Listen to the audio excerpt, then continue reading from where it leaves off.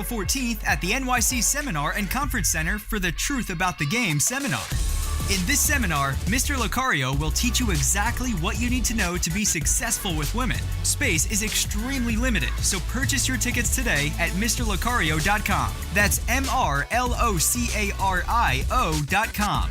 MrLucario.com. You rap, sing, have a band? Then you need CD duplication. Visit www.atlantadisc.com. Atlantadisc.com is the premier company for CD duplication. We offer 100 CDs duplicated for $39. That's Atlanta, D-I-S-C, atlantadisc.com. Or call us at 678-780-1722. The process is easy and affordable. Atlantadisc.com, 678-780-1722.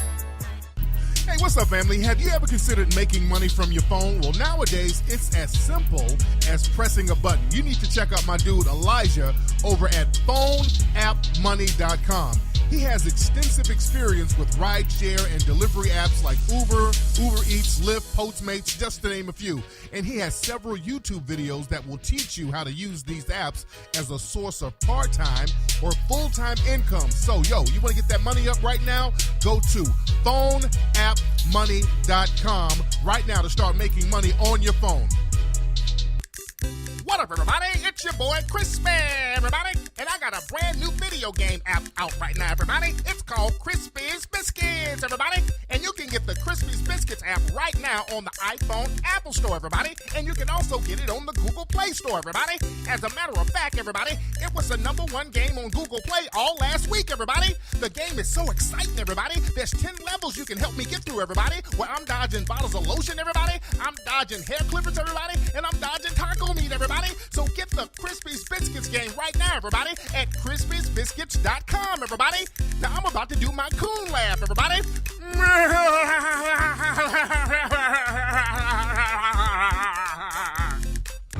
The most intense new video game app has now arrived. A medieval kingdom has been plagued with chaos and disorder. An evil force has dominated the land. And now it is up to the bravest knights to fight back the demonic forces and bring justice to the kingdom of the Moors. Play the newest, most exciting battle fight game app ever, Moorish Kingdom. Available at MoorishKingdom.com. You're now tuning into the King of Game, Tariq Elite, on Tariq Elite Radio. Yo, we are back, ladies and gentlemen. How are you doing? Glad to have y'all tuning in tonight. We're doing a almost not that late, a kind of late night version of the show. Y'all need to subscribe to my other YouTube channel. This is my Tariq Time channel. There were some issues going on with my other channel. So when I have several YouTube channels, I need y'all to subscribe to all of them. So I'm on my Tariq Time YouTube channel right now, and I need everybody to subscribe to that. All the people watching, all the people listening, subscribe to that right now. Tariq Time on YouTube. That's my channel. Shout out to everybody in the chat room. Shout out to Sister Tupman. I got to mod her up real quickly while I'm talking. Don't forget, everybody, get Hidden Colors 1, 2, 3, and 4 at HiddenColorsFilm.com, ladies and gentlemen, HiddenColorsFilm.com. Also, get the movie 1804, 1804movie.com if you do not have it. The greatest documentary on the Haitian Revolution ever, and all that good stuff. So, some good things we want to talk about. Look, I'm going to be on the road. Me and the girls from ISM, we're going to be on the road next week. We're going to be in New Orleans, we're going to be in Atlanta, and we're going to be in Chicago. So all my black business owners in those cities, I need y'all to hit me up. Let me know you're there. We're going to have the camera crew with us. We're going to do some pop-ups here and there. I know in New Orleans, on Sunday the 29th, we're going to be at a black coffee shop. We're going to do a meet and greet, probably a live version of the ISM radio show at this black-owned coffee shop called Backaway. I think that's the name of it. Good brothers and sisters there. So that's going to be Sunday, April 29th. And We're getting all the locations together in Atlanta and Chicago. And also all my radio folks in New Orleans. All my radio jocks, hit me up, man. We'll come to your show and chop it up with you. All my guys in Atlanta, you guys can email me, business purposes only. Please email me for business purposes only at info@TariqElite.com. info@TariqElite.com. Business stuff. Don't email me like, hey man, I got a mixtape. No. Business. So all my black business owners, let me know where you are so we can feature you, so we can come out there and chop it up with you and let folks know where you are. And I mean business people. If you're out there trapping, that don't count. And you sell barbecue sandwiches out your grandma's house, that don't count either. You got to have a business that we can showcase so people can come to you and see what's popping in your city. You dig? But I keep everybody posted on what's happening and where we're going to be in each city. Also, I'm going to be in the UK. I got a lecture. Again, I'm going to be in the UK in Birmingham, England on June 17th. Shout out to St. Corey, the promoters out there. I'm going to be there with my lovely, lovely sister, Dr. Joy DeGrew. We're going to be talking about race and relationships, and it's just going to be a powerful, powerful thing. And that's going to be on June 17th. If you follow me on Twitter, we got the flyer on my Twitter page. I got it pinned to my Twitter. So y'all need to follow me on Twitter at Tariq Nasheed so you can see that flyer if you're in the UK. And I mean, if you're in London, wherever you are, London, Manchester, hell, if you're in Scotland and Ireland, bring your asses on down. Eat you some fish and chips and some porridge and bring your ass down on that train and come holla at us. Yes, Joy DeGrew is a delight. I love that sister to life. She's wonderful. She's phenomenal. So let's get into some game, man. We got to talk about a lot of stuff that's happening out here. Now, some of y'all may or may not know. Y'all know Stevante Clark. That's the brother of the young man who was executed by race soldiers, the young man who unfortunately had a coonish life. He lived as a coon. That doesn't justify him getting killed, but we're going to have to speak truth to power. When he was here, the brother was cooning it up. So there's a coon spirit in the family, unfortunately. And I don't like to talk ill of the dead. I really don't. But we got to bring truth to power. But we saw tweets and social media dialogue of him just shitting on black folks, shitting on black women. Dark women bring dark days and all lives matter. I mean, he really had the tap shoes a-going. He really had the tap shoes going. So after he was executed, his brother, Stevante, he was out there in the media jumping around, buck dancing around, clowning around, doing shit for attention. And a lot of people were trying to chop it up to mental illness and all this old stuff. But nah, it's just good old-fashioned cooning. All of us are mentally ill. If that's the case, hell, I'm mentally ill living in a system of white supremacy. We're not well. I'm not well living in this system. None of us are well. That's the victims. You're not well. But Stevante Clark, you know, he was trying to make a name for himself. He was going around jumping up and down for attention, yelling and screaming. And then they cut some kind of deal with him. Some money was about to come through. So he cut down on he ain't that mentally challenged. He knows when to start buck dancing. I don't want to hear all that shit about he's mentally challenged, because when they start dangling that money in his face, his ass stopped jumping on tables. When they start dangling that money in his face, letting him know that there's going to be a payout, just kind of chill out on inciting any type of civil disturbances. All of a sudden, he knew how to talk right. Like, hey, let's not block the streets no more, and let's not protest at the games no more. So he had enough sense to do that. So miss me with all that shit. He don't know what he's doing, and he's mentally throwing his mixtapes and shit out there. I mean, just really shucking and jiving. And I saw something where one of his relatives was talking about how he's hurt, and it was a female relative talking about, hey, we need to lighten up on him because he's hurt and he's distressed, and all that buck dancing and cheesing, and that ain't got nothing to do with being distressed or mourning. Nothing. That's just old buck dancing, attention whoring, and cooning. He's running around, press conferences or whatever, yelling at crowds, do y'all love me? Do you love me? I mean, he's on some rock star shit. Do you love me? It ain't about his brother, it's about him. He's like, this is an opportunity for me to get me a nice batch of biscuits. And I'm about to get paid too. I'm about to get some of this check. Oh man, I got it made. And the thing is, black folks, we got to understand this. The white supremacists are all about getting revenge. They love getting revenge. Yeah, he was out here clout chasing. He's clout chasing. So Stevante just got arrested today. They arrested this brother. We got his mugshot up. They arrested him. And they gave him some I'm white and I say so charges, talking about he made felony terroristic threats or some shit like that. And he was abusing the 911 system. So these are basically just I'm white and I say so charges. He probably said something crazy and then they said, oh, this is an opportunity to throw the book at him. And that's what they did. Do you know this nigga's bail? One charge, there is no bail. And another charge, the bail is like $1 million.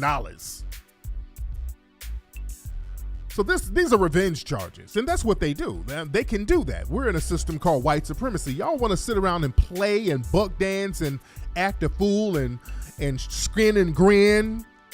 That's why they gave him enough rope to hang himself.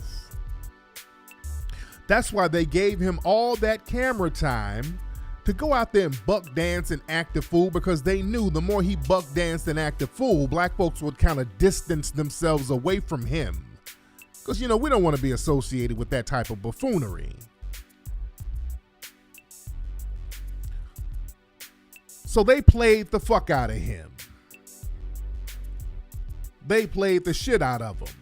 They let him act a fool, let him show out, make a fool of himself, let him buck dance and tap dance, and told him that big old check is coming. Just stop everybody from rioting and stop people from getting out in the streets. And we got you. We got a little deal going on with you. And he's talking about how good the mayor. Oh, the mayor is good people. The mayor is so good. He is good to white folk. That mayor was running that game on him and then went behind closed doors and said, look, if we get some on this nigga, throw the book at him. So they got him. They were monitoring him and they finally got some they can throw at him. Shout out to Constructive Criticism. Lemuel from the Bronx. He asked me, he's in the super chat, and shout out to the people putting some on the super chat on the Melanoid Ministries. He said, would I consider doing a documentary based on police genocide? We'll probably talk about that in Hidden Colors 5. But this dude, Stevante, he thought that he had a little deal going. He thought he was buddy with the mayor. All these, when niggas start cooning, they got this thing where they figured it out. I'm just going to make a deal with these folks and we all good and they going to look out for me and I'm in there now. No. The buck dancing backfired. They threw that shit on him, and now they're going to use that against giving that family a payout. They're going to use the charges on him now. They're going to use that against paying the family out, because what they do, they give families a couple of $1 million. So now they done threw $1 million bond on him. And now they about to work out a deal like, okay, nigga, you got $1 million bond. We'll let you out. Just get the fuck out of our face about paying your family out. That they played chess with this fool. You see what they did? They played chess with him.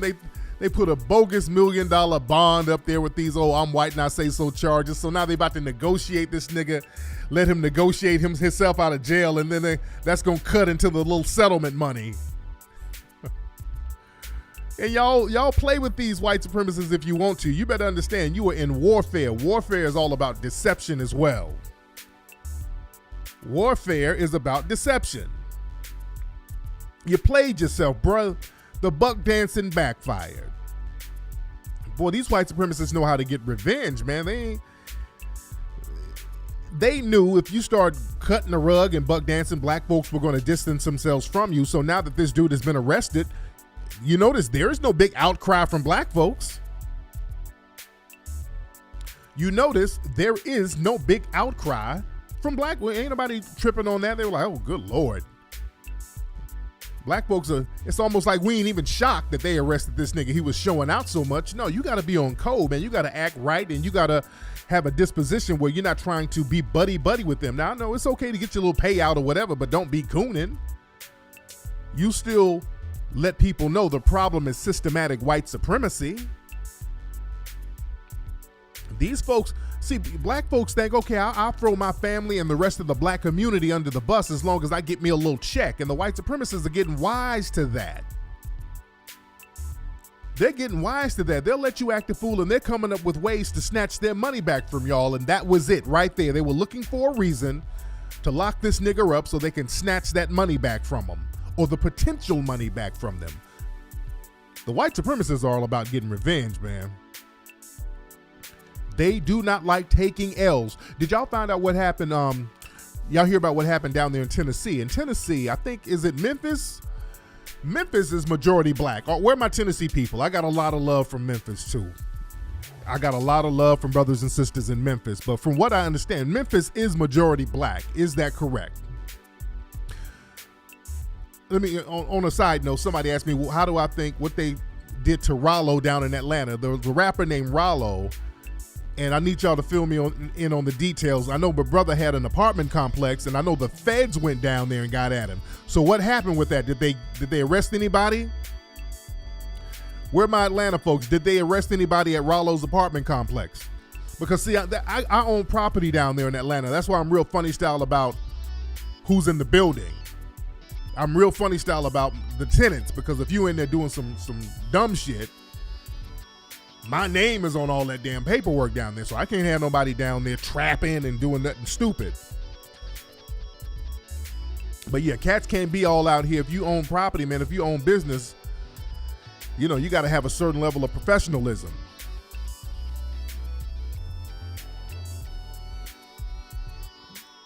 But back to Memphis, like I was talking about in Memphis.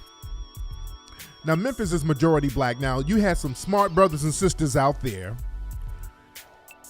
who said instead of marching around trying to get rid of these Confederate statues, these brothers got lawyers together, which is what we need to be doing more of. We need to have a whole constituency of lawyers. We need to have a bunch of people who are lawyers. We need to have brothers and sisters who work within the police force, working with us, letting us know what's going on.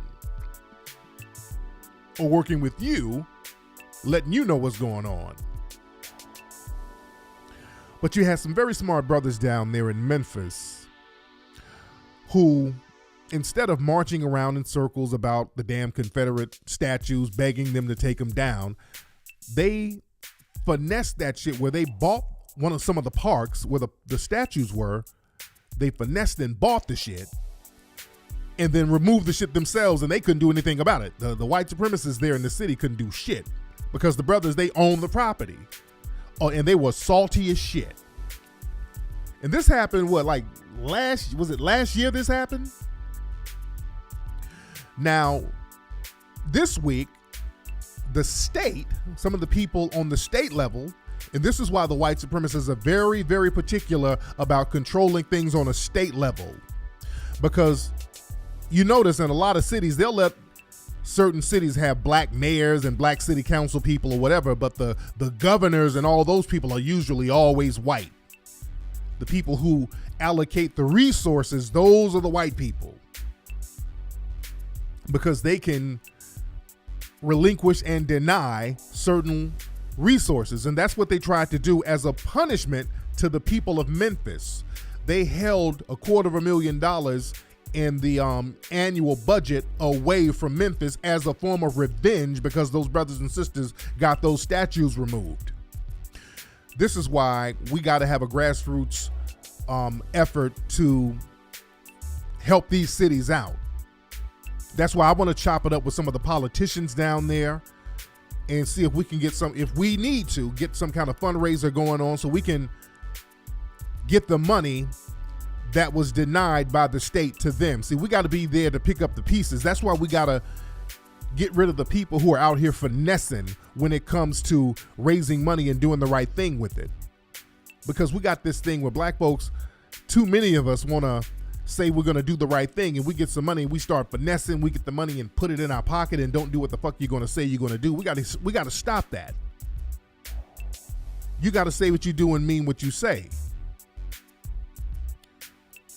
And I want to talk to the brothers and sisters down there who work in politics and see if there's a way we on a national level can get resources out there to look out for them. See, that's what the white supremacists do. When they get undercut by another group, they all rally around each other. They put their little coins in there because they understand how important cohesive white supremacy is. So we got to have the same mentality for black empowerment. We got to know how to look out for each other on a nationwide level when we're being attacked. We got to know how to aggregate our resources. Because, see, they fight their wars with money. See, we think marching around in a damn circle is doing something. No, you got to put some change on it. And that's what the brothers and sisters did in Memphis. And that's why the white supremacists are so mad. They got their money together and start buying shit. Now that's a problem. You understand? And just like these race soldiers, every time they kill somebody, there's a GoFundMe page that raises $100,000 in 2 days. That happens all the time. You dig? But people like Devontae Clark and others, you got to understand, these white supremacists are real vengeful. They don't like taking L's. They're all about revenge. They get revenge.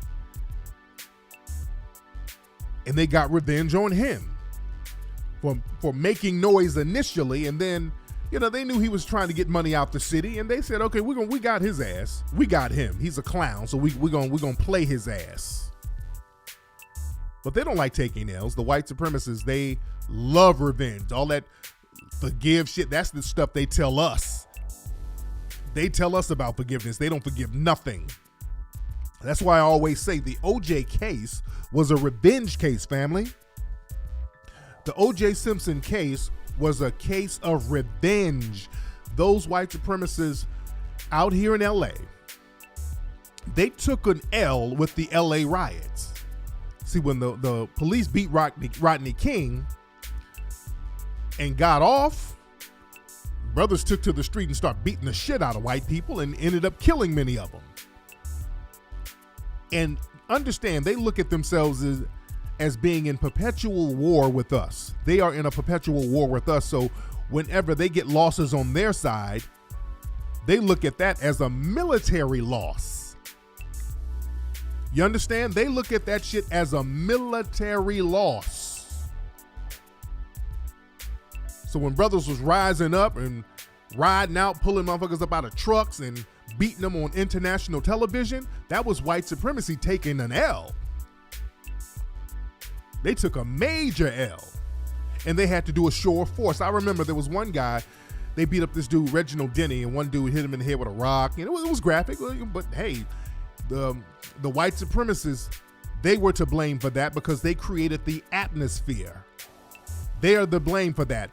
The white supremacists who ran the city and ran law enforcement, they had Reginald Denny's blood on their hands because they created that atmosphere. And the dude who did it was a dude, they called him Football Williams. They always give niggas nicknames, but that was the nickname that the white media gave because he did like a congratulatory stance when he hit Reginald Denny with the rock. And they found out who he was, and they went to Damien's home, and they took like 100 cops, and the chief of police was down there. It was like a military thing. It was like them going to get bin Laden. They literally took about 100 cops to this dude's house with the chief of police leading the way. It was some real cowboy showing out bullshit, but they had to really make a big scene about it because, again, they look at us as military subjects. Shout out to all y'all in the chat room who's giving $2. Y'all giving your best, and I ain't mad at you. God is going to bless you still with your $2. Shout out to DJ Hitman X. I see a lot of folks giving their $2. I know it's the middle of the week. That's your weed money. You don't get your check until tomorrow, and you're giving what you can, and I got none but respect for that. I love that. Me and Ogun, we're going to use that $2 and build. We're going to do some good things with y'all $2. I promise you. But what I was saying, though, in the LA riots, the white supremacists, they took a loss. A lot of their businesses were destroyed. That's why they always love to say, you guys are destroying your businesses. See, they try to put it off on us as if they're not taking an L. That's them trying to convince themselves, but it was white businesses that were getting fucked up because we weren't really owning nothing down there anyway, and white and Korean businesses. So OJ, they were going to use OJ as a proxy for all black folks, so they were going to get revenge. That's why they were setting OJ up and planting all that evidence. Shout out to Tanya Stewart. She put 25 on it. My love. Much respect. But the OJ thing was revenge. Also, you know, there's a brother out here, speaking of California, there was another brother a couple of weeks ago. I can't think of his name, but he got shot. Outside of a Walmart out here in Southern California. He was waiting in a car. The cops pulled up and just start busting on the damn dude. And people are like, damn, and they ended up killing him. They just start shooting in the car. And from what I'm hearing, the guy had an altercation with police, I think a year ago, where he ran from the cops or whatever, and he got away. And I think he was a fugitive or whatever, but I think they got it all squared away. But it looked like that was revenge. It looks like they knew who he was, and they got revenge on the dude and just did a drive-by on him. Was it in Barstow or was somewhere? But yeah, y'all look it up. Look that dude up from what I'm hearing on the streets. And I got to verify, but you know, I keep an ear to the streets. And from what I understand, the dude had an altercation with police and he ran from them and got away, and he was a fugitive for a little bit. So it looked like they might have been salty about that, and they just bust on the dude. So again, these white supremacists are really about revenge. So we got to understand what we're dealing with. Now, I know a lot of people are talking about the whole thing with Starbucks and the brothers who were in that situation at Starbucks. They had the white supremacist Starbucks host or manager who called the police on these brothers. And there's been a few cases like that. I saw a video today, and that was a few months ago, where this brother was in South Carolina. They called the police on him. Shout out to Jason Pirtle in the chat room. He put 50 on it. Much respect. This brother got kicked out of a Starbucks. There was a brother out here in SoCal. He tried to use the restroom. They said he couldn't use it. Then a white man came out and he asked the white dude, he said, hey, did you buy anything? The white guy was like, no. He said, well, they just told me I had to buy something before I used the restroom. So, I mean, the brother had it on film, and then they kicked him out and called the police. So Starbucks has always been on this old racial shit. It's something from the top up that's coming down. And I saw the video of these brothers in LA Fitness. Some white supremacists were calling the police on them. So these white supremacists, they've been deputized now. And that's a power thing for these white supremacists to get on the phone and call somebody's death in. They're trying to get y'all killed and us killed. They're trying to get you and me and all of us killed when they do that. They know exactly what they're doing. And Starbucks is talking about, well, we're going to have diversity training and racial sensitivity training. That's a nothing burger. That's a con game. That racial sensitivity bullshit, that's really them pretending to be innocent. And what's interesting, black folks be falling for that bullshit. I had some people, black folks, arguing with me on Twitter because I was talking about that whole racial diversity class. That's a crock of bullshit. And I had some buck dancing, butter biscuit-eating Negroes talking about, well, it's a start, and, you know, it starts with education. Educate who? But who are you educating? Black folks, I really want y'all to put the biscuits down and stop thinking that you're educating white supremacists about how bad racism is. I really want y'all to stop thinking that. Black folks got this thing, well, I was going to teach them how bad racism is. I was going to teach them how morally bankrupt it is to hate somebody because of their color. If y'all don't sit y'all naive asses down, nobody knows about racism more than a damn white supremacist. You ain't teaching them nothing. They created racism. They created race. The concept of race was created by them. They created racial stereotypes. They created racial profiling. They created racial laws. They created racial discrimination. How you gonna teach the masters of white supremacy about white supremacy? They play naive as a way of deception. They're not naive to what the fuck they doing. Black people, really? They're not naive. These white supremacists out here know everything. They got all types of knowledge about everything under the sun. They can tell you how many molecules are in a damn grape, how many cells and nuclei goes into a coffee bean. But the minute race comes up, I didn't know that was racist. It's not really racist. It's just I'm conservative. They play dumb. They play dumb and y'all fall for it and they wink at each other. They're not dumb. White supremacists are not dumb by a long shot. They know exactly what they're doing. Racism ain't about knowledge. Racism, it's about domination. It's about them dominating you. They know that they're mistreating you. You think they don't know what they're doing is fucked up to you? They know it's messed up. That's the humor in it. That's the greatness of it. Because the black folks got this thing, we look at racism from our eyes and we think they see racism, or we're gonna let them see racism from their eyes. See, understand, look. Black folks got this thing where it's like, oh, woe's me with the racism. Oh my God, this is so horrible. I wish everybody just saw our pain. Because remember when I was down there in Miami, those radio jocks were down there talking about, well, they see what we going through now. The kids have been shot up at the school in Florida, so now they know what we go through. Black folks got this thing where we just got to show people our suffering and they're going to get it and one day they're going to wake up. No. That's never going to happen. That's never going to happen. The only people are dumb are you if you believe that. That's never going to happen. They know that you're being harmed. They know that you're being disenfranchised. They know. They set it up like that. They know. They set it up. Shit. They created the laws to keep you fucked up and funneled into the ghetto. They know that.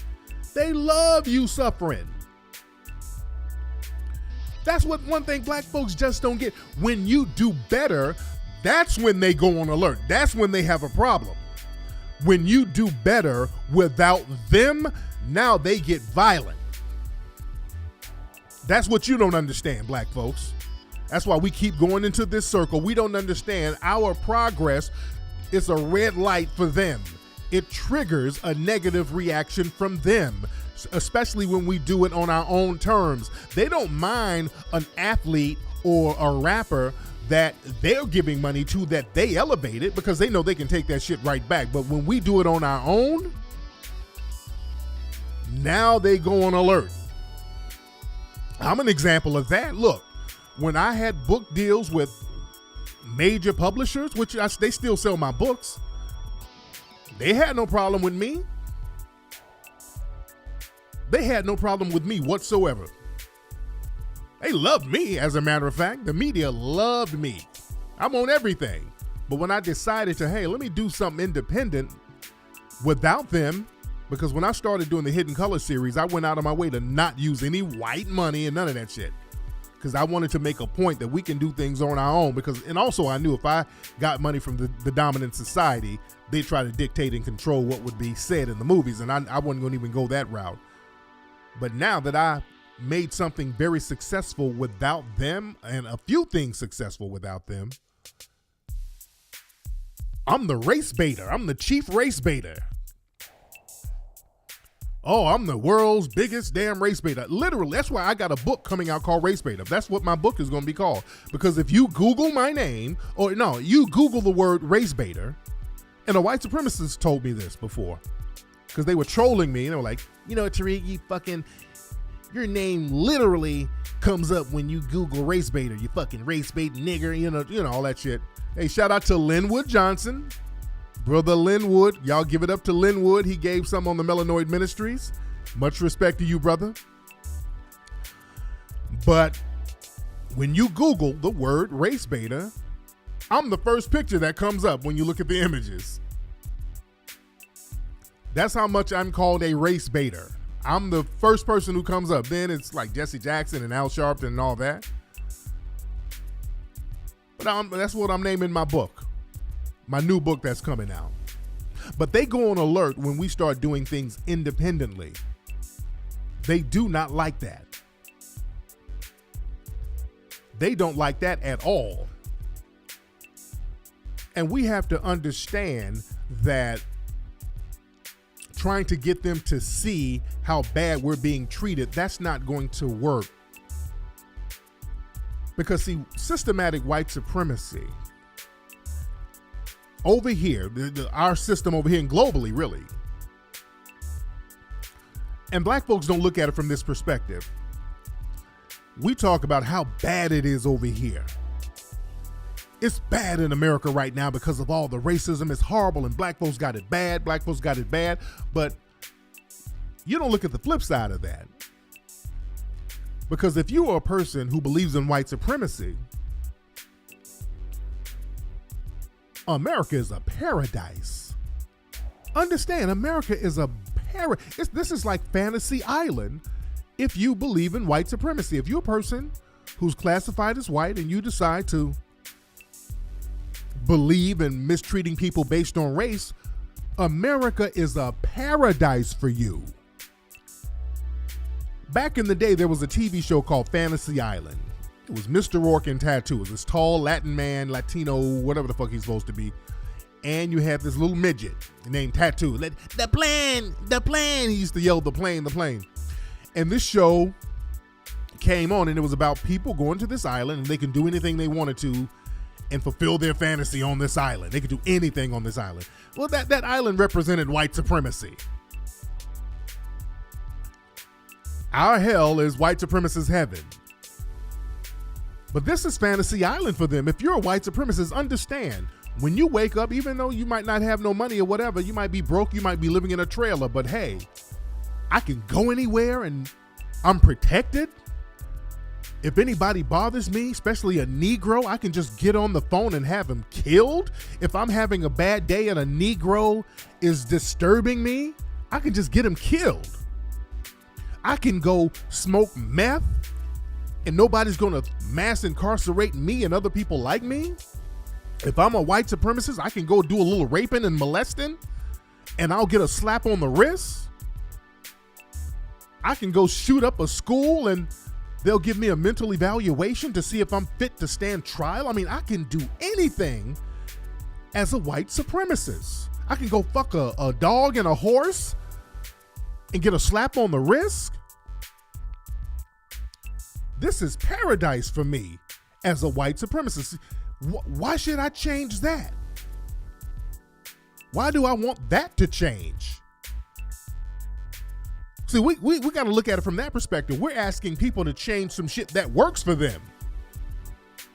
We're asking white supremacists to change some shit that works for them, and that's going to work for their children. Because when you say, hey, white supremacists, I want you to stop systematic white supremacy, what you're telling a white supremacist, hey, deny my children privileges based on race. That's what you're telling a white supremacist. They want their kids to get the same protections and benefits. See, a lot of folks don't look at it like that. See, the white supremacists, they act like some of them might be sympathetic towards you, like, oh God, that's so horrible, what's happening? But they ain't doing shit about it. Even the so-called sympathizers, that's a whole con game. They know how to change something if they want to change it. They give you bullshit ass sympathy. Just like when they started talking about these racial sensitivity classes, all the fake white liberals were on there on Twitter and Facebook like, oh man, this is a great step. I mean, oh, this is so great that Starbucks is taking action. So now we can just calm down now. Everything is fixed. Starbucks is going to take action. So now we can stop complaining. They're being phony because they don't want no real change either. They like little symbolic bullshit. They like pacification. They want to pacify you. But no, it's up to us to cut the bullshit out. That's why we got to get on code. That's our mission from the gods of melanin. That is our mission, for us to figure out how to get on code to stop the greatest evil in the history of recorded mankind, which is global white supremacy. Nothing has been more evil. That's Satan incarnate. Any person who believes in being a white supremacist is Satan incarnate on the planet. And black folks think that we can just buck dance our way into the good graces of those in the dominant society. And speaking of buck dancing, did y'all see all these black folks buck dancing for Barbara Bush? Barbara Bush died, the former First Lady, George W. Bush's mother, George H. Bush's wife, who looks like his grandmother. So she died at 92. And there was a white lady. She was a professor at one of these colleges. It was a white lady talking about how racist Barbara Bush was. And what's interesting, a lot of the right-wing white supremacists were attacking her because she got off code. You're not supposed to call another white person out for their racism. So a lot of the white supremacists were really getting on this white lady who's a professor. And I can't think of what school it is. I cannot think of the school, but they were getting on that lady. But Barbara Bush, old school white supremacist. I mean, she was 92 years old, so it was almost a century. That woman was born there a century ago, damn near. So, I mean, she got that racism all in her bones, all in her joints, all in her cavities, all in her dentures. And we know her. One thing a lot of folks don't know, she came out and supported Paul LePage, the governor of Maine, that white supremacist, anti-black, Nazi-ass governor of Maine. She supported him. So that just gives you an idea of how she gets down. Fresno, that's where the professor is, up in Fresno State. That white professor in Fresno State called Barbara Bush out for being a racist. Rhonda Gerard, yeah. And boy, the white supremacists are mad at her because she got off code. And she calls out white supremacy a lot, and they get on her ass. That's why I say, just because you white, it's not paradise. You got to be white and believe in white supremacy in order to enjoy paradise. Because if you don't get on the code of white supremacy, well, you'll be labeled a nigger lover, and that's just as bad. So it's more practical to just practice white supremacy. But Barbara Bush, she supported Paul LePage, and she made those infamous statements during Hurricane Katrina when her son, George Jr., he allowed black people to drown on live TV for a whole week during Hurricane Katrina down there in New Orleans. We'll be in New Orleans next week, by the way. And all my New Orleans people holler at me because I want to go around New Orleans and really, really see what's popping. So I want my New Orleans people to holler at me for real. Because I haven't been down there to do anything, but I don't know why. I got a big audience down in New Orleans and a lot of love from people down there. But George Bush, he let black folks sit up and die on live television for a week. It got so bad, Fidel Castro was offering help. They were like, no. That was embarrassing the U.S. when people like Castro, so-called enemies, was offering to help the drowning black people down there. And what's interesting about that, on a side note, you notice they sat up here and act like they couldn't get no National Guard. They couldn't get nothing down there to those drowning black folks for a week. But the minute they come in with a bullshit verdict and let some race soldier off, boy, they'll get the National Guard up in a city within hours. They got every type of military weapon and vehicle in major cities within hours when it comes to quelling any kind of racial uprising. But George Bush allowed that to happen. Now, when help did finally arrive a week later, they had to move people to, was it Houston, to the Houston Astrodome? Is that where they moved them? And Barbara Bush made the statement that, well, these people are underprivileged anyway, so this is working out well for them. And I want to play the clip of her actually saying that, because what's interesting, I had to dig for the clip, because that clip of her actually saying that, they scrubbed the internet of that clip. That's why you can't find it nowhere. All the sites that had it is scrubbed from those sites. They really tried to bury that, because they have this whole thing where they label her America's grandmother. And that's the whole thing. They wanted to portray her as like Betsy Ross, or this maternal American figure. So they don't want to have that out. So they scrubbed the internet of the clip that I'm going to play you now. I'm going to play you the clip now. But you can't find that clip nowhere. But I had to go deep digging for the clip. Because I researched. I'm going to find the fucking receipt. If I know it's out there, I'm finding the fucking receipt. But let me play the clip of her. The audio is a little janky. And this is a real quick clip. This is her talking about the people in Hurricane Katrina. What I'm hearing, which is sort of scary, is they all... Oh, wait, I want... Catch that first part. She said, what I'm hearing is sort of scary. Now, the audio is real janky, but listen. Come on, goddammit. Hold on. Wait a minute. All right. Now it's going to act funny. Hold on. Okay, let's try it again. They all want to stay in Texas. What I'm hearing, which is sort of scary, is they all want to stay in Texas. Everybody is so overwhelmed by the hospitality.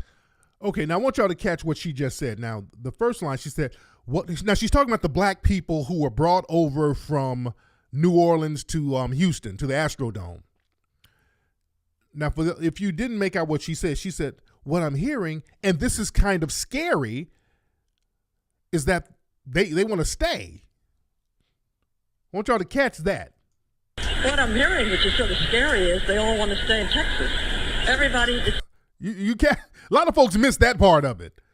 So what I'm hearing is kind of scary, that all these niggas want to stay here in Texas, because that's where they're from. That's where George W. and all those people live, I think. But she said, hey, you know what's kind of scary is these niggas want to stay. Oh, is it scary, Barbara? Okay. This is the president's mom. Yeah, a lot of folks miss that part of it. Oh, look, we got some white supremacists. Oh, when we bring out the receipt, and also when I played this on Twitter, boy, the white supremacists came out. Boy, now the white supremacists in the chat room have revealed themselves. When you put them on blast, or you bring some receipts, boy, they come. Here they are. We was kangs, or here they go trolling. The minute you bring some damn receipts, the trolling comes through. Here they go in the chat room already. The butt hurt. Well, y'all sit y'all unseasoned macaroni cheese eating ass down. All right, hold on. What I'm hearing, which is sort of scary, is they all want to stay in Texas. Everybody is so overwhelmed by the hospitality. And so many of the people in the arenas here, you know, we're underprivileged anyway. This is working very well for them. So she's like, well, many of the people here, I mean, you know, they're underprivileged anyway. So this hurricane thing is working out for them. Now, that's that Paula Deen type of racism. You got a bunch of people who your son allowed to be displaced. Your son is the president. He allowed people to just sit up and die. I mean, motherfuckers are dead. Dead bodies. These people have lost their relatives. And her response, the president's mother, well, shit, this worked out well. I mean, I know your mama drowned, your babies drowned, your grandma got ate by an alligator. I know that, but hell, you didn't have shit anyway. You were underprivileged. I mean, damn, this works out for you, right? So they had to take the mic from her. They had to stop giving her interviews because she's one of them old white supremacists. Ain't no filter. It ain't no filter with them old ones. That's them old white supremacists who's been a white supremacist so damn long, they don't even think it's fucked up no more. She's that's that Paula Deen, like when they asked Paula Deen, Paula, did you use the word nigga? Yeah, of course I use nigga. Ain't I supposed to? It's that type of thing. You don't even know the shit ain't right. It's so normal. That's just how you are. That's just how you've been viewing black people for a damn century of your old decrepit ass life. I mean, that's some old vile, disgusting ass racism. Where relatives died and they're displaced, they don't have no homes, and you're like, well shit, they didn't have nothing.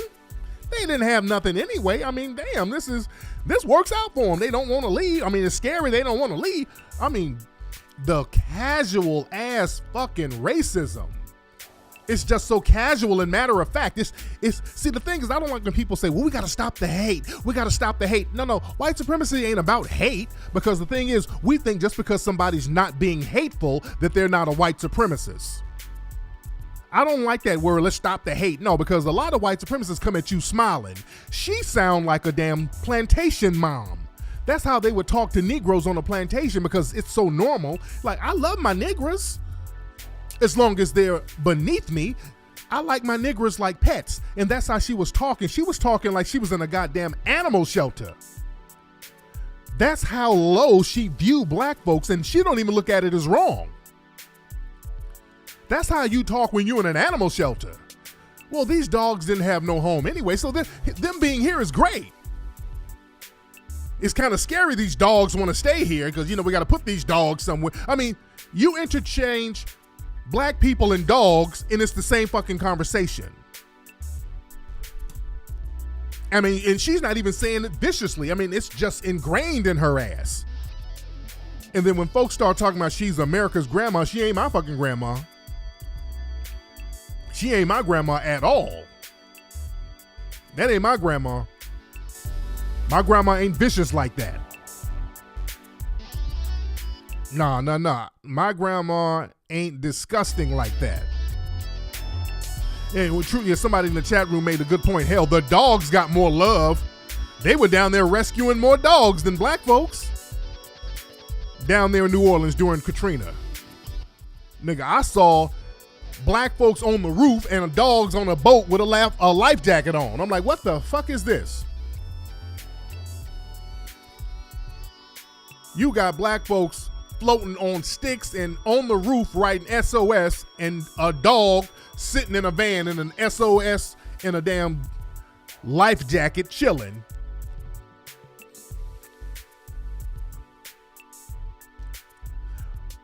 But the thing is, I saw so many black people caping for Barbara Bush, giving condolence. Oh, she was so great. It was that one dude, the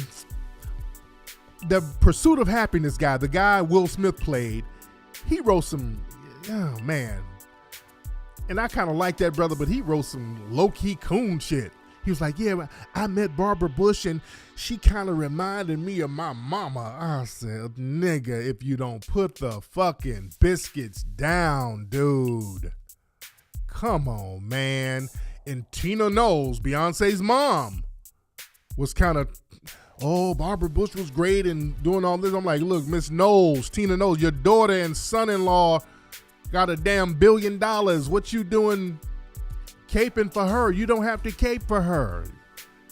Your son-in-law and daughter got enough money, you don't have to do that. And Tina knows y'all from down there. Y'all should know.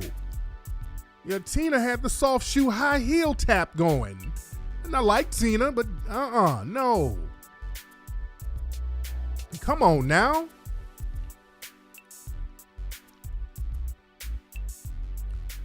And speaking of Beyonce, a lot of folks are still talking about her performance, and I enjoyed Beyonce's performance on Coachella. That was good. The other day I was talking about Taylor Swift making that bullshit version of the Earth, Wind, and Fire song, and how the white supremacists were butthurt that black folks were clowning them, as we should. You should have been clowning them.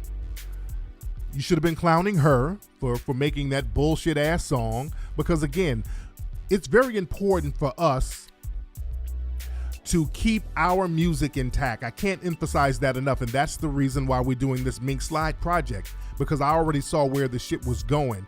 It's very important that we keep our music protected.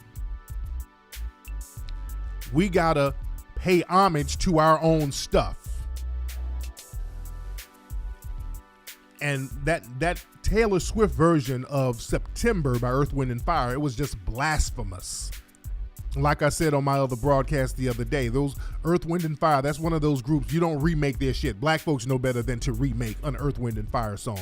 Certain black folks you don't mess with. You don't mess with Earth, Wind & Fire stuff. You don't mess with the OJ stuff. You do not mess with Teddy Pendergrass stuff. And you never mess with Luther stuff. You might be able to record an album cut or something that wasn't that known with one of these groups. But certain people, you just don't mess with their stuff. But it's always some people in the dominant white society who try to dabble in our stuff and try to buck the unwritten black rule, because they know that we have certain respect for certain artists that we wouldn't even touch their stuff. But they're like, well, I'm white and I say so I can do what I want. And they just have to find black folks to co-sign the fuckery. And speaking of co-signing fuckery, black folks, can black people please stop co-signing these little ratchet white girls and little Asian girls that I'm seeing on social media? The Catch Me Outside, how about that? And this other goofy chick called Whoa Vicky, and there's another little Asian girl who's about 9 or 10 who's doing all this yo hip hop stereotypical bullshit that I'm seeing on social media. What happens is black folks end up co-signing this fuckery. Little Tay, is that her name? Let me, black folks, I want y'all to understand this. I saw this little Asian girl. Yeah, nigga, yeah, motherfucker. Oh, look. Black dudes, black men, please get some fucking standards. Black men, we have lowered our standards to the sewer. We've been broken so much, we'll just hold on and uplift any piece of fucking garbage. We got to stop being the garbage people. Guess what? You know who I saw with a damn black man? Caitlyn fucking Jenner. My lady was like, hey, Caitlyn Jenner's dating somebody. I said, is it a brother? She's like, yeah. I said, I knew it. I knew a brother would be with that shit. Caitlyn Jenner looks a mess, and it ain't about this motherfucker being a tranny, whatever he's supposed to be. He just looks a fucking mess.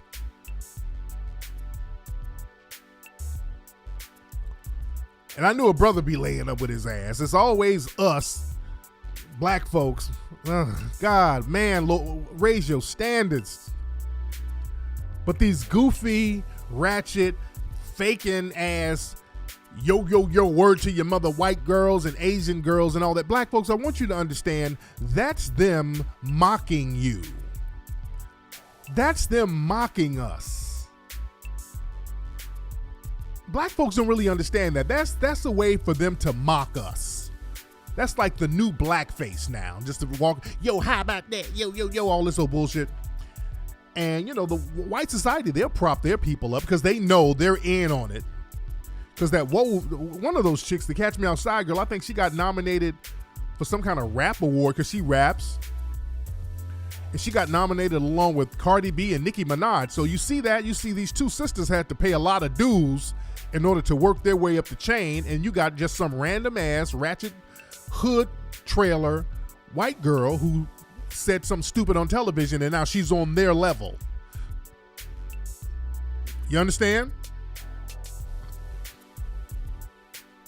But we got to stop being the garbage folks, taking in other people's garbage. But what I was talking about, us really holding on to our music and not let people rape it, because people in the dominant society, they've always wanted to, and they're doing it, to be honest. They're getting R&B and then redefining it. They always like to get our music genres and then etch us out and then take control of it and redefine it. That's why when you look at like rock, the modern rock, that hardcore rock with the guitars, all that shit came from people like Jimi Hendrix and all that stuff. But if a black person does that, well, you trying to be white now. You understand? So they'll push us out of our own genres. Yeah, house music started in the fucking hoods and the clubs of Chicago and Detroit. I mean, that shit started in the gutter. Now when you hear that house music, dance music, you get these white boys, I call them laser light DJs. They put some shit on a laptop and then start showing laser lights all over the place, and these dudes get like $20,000, $30,000 fucking dollars. All the house music DJs are white and Asian now. All of them damn near. They completely took over house music. House music is all the way taken over. The music gentrification is real. And I saw a clip of Britney Spears trying to sing some damn Aretha Franklin. Hold on. This was the other day on her Instagram. This is her trying to sing Aretha Franklin. Hold on.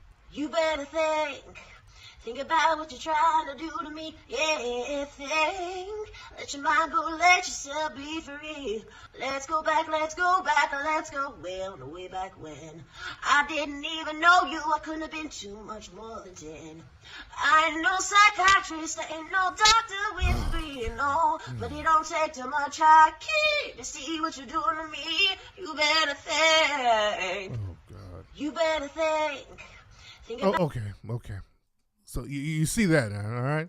So they really, they're really trying to get that R&B thing now. They're fighting to get the R&B. I'm telling you. Now, Aretha Franklin will slap this motherfucker for fucking her shit up. But these white artists are really trying to dabble and grab our shit. They want to have music gentrification. They want to grab our stuff and redefine it. And they got to get us on board. That's the thing. They're trying to get us on board. That's why these white female artists will snuggle up with Negroes. And niggas will give them a pass, just like niggas gave Miley Cyrus a pass, who she was snuggling up with Negroes, hanging out with 3 6 Mafia and Mike Will Made It. Oh, niggas, when they see that, you roll out the red carpet for Becky. That's what I'm telling you. That's one of the main reasons why we're doing this R&B project. I don't do things just to be doing it. I saw something that was happening, and I see that it's starting to accelerate. And I ain't see nobody doing like some old school R&B taking that shit back, because we just do stuff and just leave it, and then they take it and then redefine it and then etch you out of it. Because you know what? Let me tell you something. They don't let you infiltrate their music genres. Do you understand that? We're talking about Beyonce. Do you know Beyonce, on her Lemonade album, she did a song called Daddy Lessons. Now, Daddy Lessons is basically a country song. She even did like a remix, kind of a remix that was even more country, that had the Dixie Chicks on it. It's a straight up and down country song. She even got the Dixie Chicks on it. Beyonce submitted that song to the Grammys in the country category. It was a good song too. Straight up and down country. She submitted that song to the Grammys, to the country category. And you know, the Grammys, they have committees. They have the R&B committee, they have the pop committee, they have the female artist committee, they have the country committee. The country committee for the Grammys rejected Beyonce's song. They rejected the fuck out of that song. They couldn't say it wasn't country. They didn't even give a reason why they rejected it, but they wouldn't even let her submit the song to be in the category, because even if she was nominated, that would have made a big impact. But they said, hell no. You're not about to have your song, which is country, but you ain't one of us. We're not about to have you, the face of a country hit. Hell no. Because people would have known that shit would have won. But they did not let Beyonce, and they kind of kept that on the low, but I want y'all to Google that. They did not let Beyonce submit her song in the country category, because what they were saying is, hey, we can call ourselves pop, we can be R&B, but damn if we're going to let you call yourself country, because that's what we are and that's all we have. This is our category. And if we let one in, there's going to be a flood of y'all. We ain't about to let Beyonce do a Tiger Woods on us. We ain't about to let Beyonce do a Serena Williams on us. You get in one of our genres and then take it over. That's what Tiger did to golf. That's what Venus and Serena did to tennis. And Beyonce was going to do that with country, and they said no.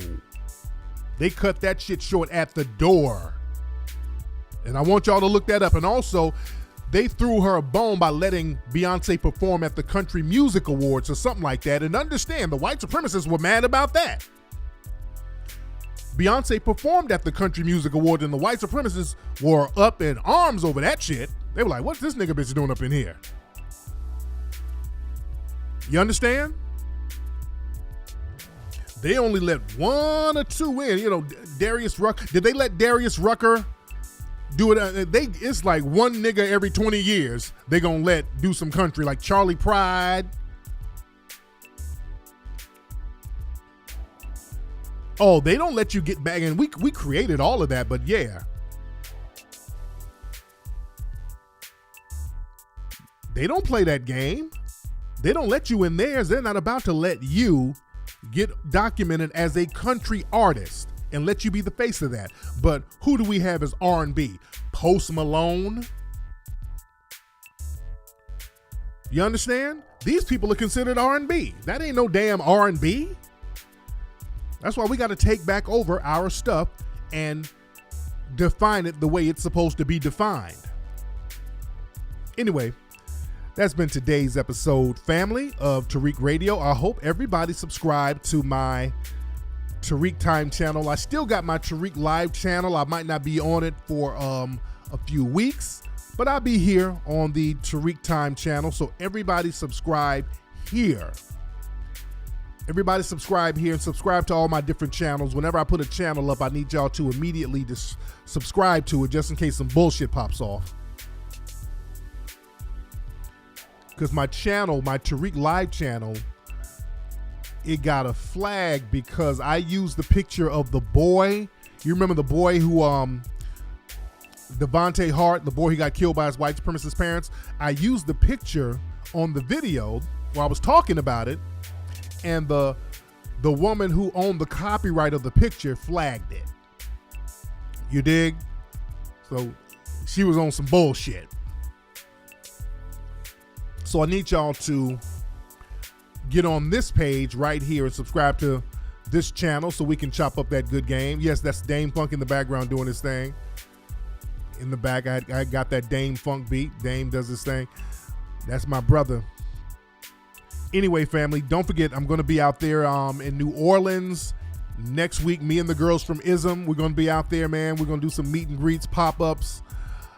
All my black business people in New Orleans, my black business people in Atlanta, my black business people in Chicago. You got businesses, man.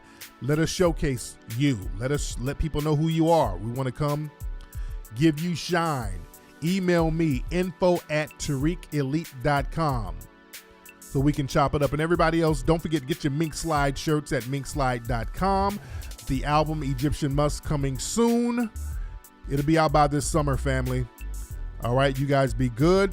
I will holler at you on Ustream or before. I might holler at you guys before. Not Ustream. I'm not going to, I keep saying Ustream, but I'll be here on this YouTube channel this Sunday or before.